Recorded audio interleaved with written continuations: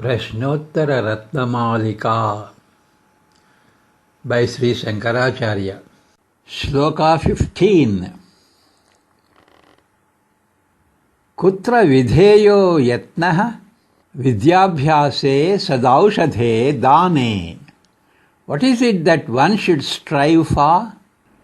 Towards the acquisition of knowledge, for getting health-giving medicines, and for making charity. 15ನೆಯ ಶ್ಲೋಕ.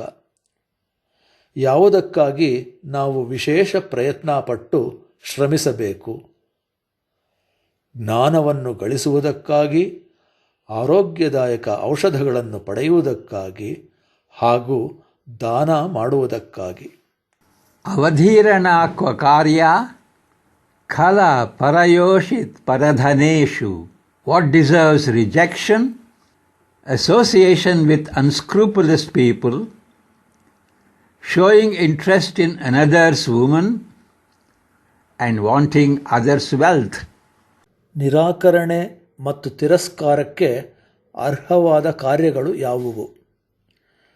ವಿವೇಚನೆಯಿಲ್ಲದ ಅಯೋಗ್ಯರೊಡನೆ ಸಹವಾಸ, ಪರಸ್ತ್ರೀಯರಲ್ಲಿ ತೋರುವ ಆಸಕ್ತಿ ಮತ್ತು ಅನ್ಯರ ಸಂಪತ್ತನ್ನು ಬಯಸುವುದು.